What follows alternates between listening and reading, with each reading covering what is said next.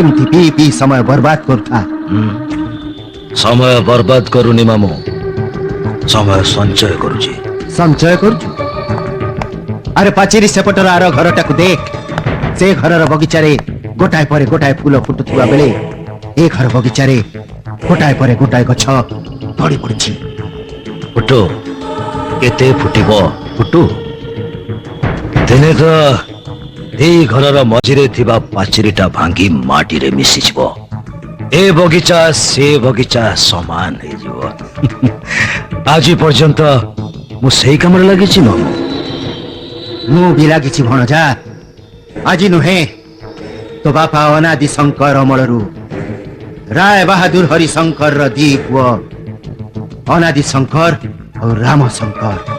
अनादि शंकर बड़ पुओ हेई भी सब संपत्ति वंचित हला, अथच सान पुओ राम शंकर फैक्ट्री व्यवसाय संपत्ति बैंक बैलेंस सब किछ पाइला। कहि परिबु काहे पाइला? मो मां भाई। हाँ तो मां पाई, मो भौणी पाई, अछब घर झील को भल पाई अनादि शंकर बाही पड़ला, मद पीला, जुआ खेला, पैसा बर्बाद कला बोली से रागरे राय बहादुर ताको तेज पुत्र करदेले। संपत्ति भाग न दे ताको सर्वहरा सर्वशांत करदेले। ओ मामू केते थर आउसी पुराना गपटा सुनेब?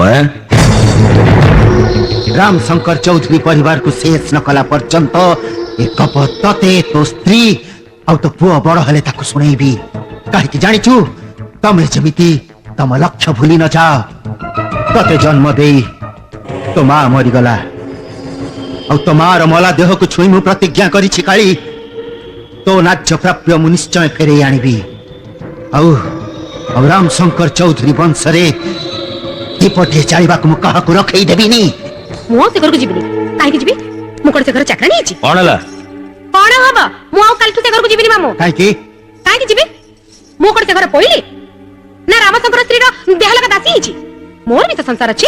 ओहो, युद्ध करिबा पूर्वरु निजर शक्ति विषय जानिबा अपेक्षा शत्रुर बळ विषय जानिबा निहाती दरकार। अरे सेठी पाई तो राम शंकर को राजी करई कालीकुता फैक्ट्री रे मु मैनेजर करईची। आ सकाळ संजारे तांको घर को जाई सेमानक पाखे पाखे रहिया पाई तते कहिची। सेमाने जेमती भूल न जानि पारंती आमे सेमानकर शत्रु। मु चाहे बर गछर सबु डाळ पत्र भांगी जाई थुंता हे ठिया हे रहू, ताहले से दुख रे चली चली मरिजब जेमती अनादि शंकर मरथिला। बुझिले मामू, बूढ़ी रे देह भल रहुनी। डाक्टर कहथिले तार रक्तचाप बाहरची। पुओ तो बाहरे, पुओ को सब बळे मने पकोची। मने पकोची ना? पकौ केते मने पकेइब पकौ। एणिकी राम शंकर चौधरी रो पुओ दीपंकर चौधरी सेमानंक पाखरे स्मृति हेई रहिजिब, स्वप्न हेई रहिजिब। वर्तमान ठु अवगणना आरंभ हैला। चंद्रिका बस बस।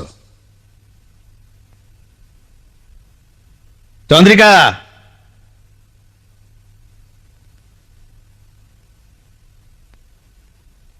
चंद्रिका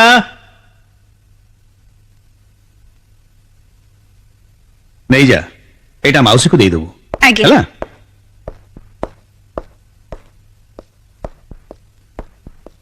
अवस्था केमती देखुछ डाक्टर? 4-5 दिन ला औषध दौची किंतु प्रेशर आदौ कमुनी। मु भाबुची लक्ष्मी भाउजंकर शारीरिक अपेक्षा मानसिक ट्रीटमेंट बेसी दरकार। मानसिक? हाँ, दीपंकर को सब बळे छुरुछंती, पाखरे पाइबाक चाहुछंती। तमे जेते शीघ्र संभव दीपंकर को डकई दियो। ठीक अछि। मु दीपू पादुका नै महादेवंक पादुका। मु दीपू केबे आसीबो? पार्टी खोलले मु दीपू कोन आसीबो नि? आसीबे, निश्चय आसीबे। आपण पादुका नेले? कुहा कुहा कुहा हमर पुओ हबा। जियो एकदम जियो हबा। कहली परा हमर पुओ हबा। आउ मु ता ना देबी शुभंकर। ओ दीपंकर शुभंकर। हाँ। अरे वाह, काफिया मिसई करी नाटक भी ठीक कर साइलनी नहीं? आउ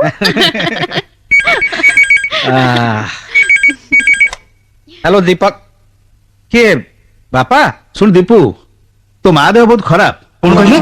माँ को देह खराब हाँ ता ब्लड प्रेशर बहुत बढ़ी जाइए से सब बेले तते खोजुची तो डॉक्टर अंकल कहउछंती तू जदी शीघ्र न आसु ता अवस्था और बेसी खराब पड़को गति करिवो नाई बापा मु संगे संगे बाहरुची हां आपण जमा व्यस्त होंतुनी व्यस्त हेबेनी रखुची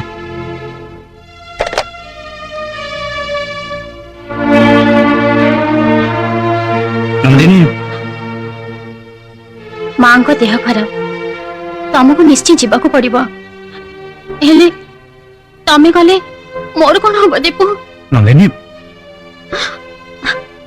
मु माँ हबाकू जाउची एक कथा केवल तम मो छड़ा मो बापा भी जानंतिनी ए अवस्था रे तमे चली गले मु कोन करबे दीपू काको मु देखेबे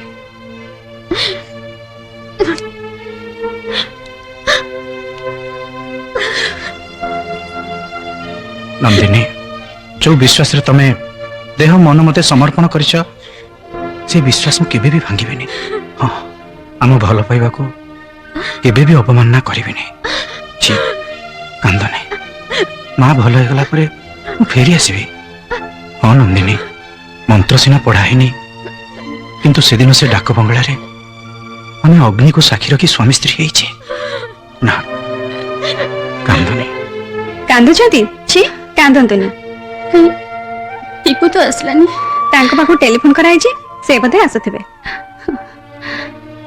हेलो माँ पटे तो भारी कष्ट होथुबो ना रे कष्ट कोन दिन नाही राति नाही मो पाखरे जगी बसचु मो सेवा करी चलचु सेमिति कहंतुनी आपन बिते किछ कम करी नाहंती पिला हेतिले बापा माँ चली गले आपन मते कोळे काखी मनिष करिसंती पाठ पढाइसंती माँ को बेसी स्नेह मो आपन को पाइछि तो माँ मोर संगात मल्ला बेले को तते मो कोळ को टेकी दे कहितला संगात ओ झियो तुमको लागिला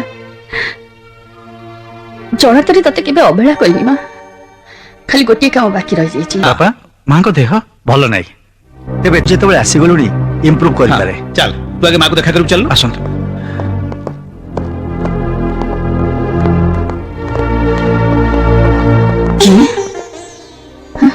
माँ मु दीपू तू आसीगलु हाँ माँ तो देह खराब बोली बापा फोन कले तो मु चली आसली माँ तू आसीगलु मोर किछि हबनी पेट तो भल हेछि हाँ माँ जम्मा चिंता करनी तू निश्चय भल हो दीपू तू तो किछि खाइ नथु रे एई तो आग मो खाइबा कथा नाही आलो मो तू पाखरे टिका आग बसे औषध दियंतु एने ओहो ए झियो मते औषध खुआ खाई मो सेवा करी करी मते नयांत कर सरलानी हो हेला हेला तू आग खाइलु ने अरे दीपू एको चिनी पाछु ना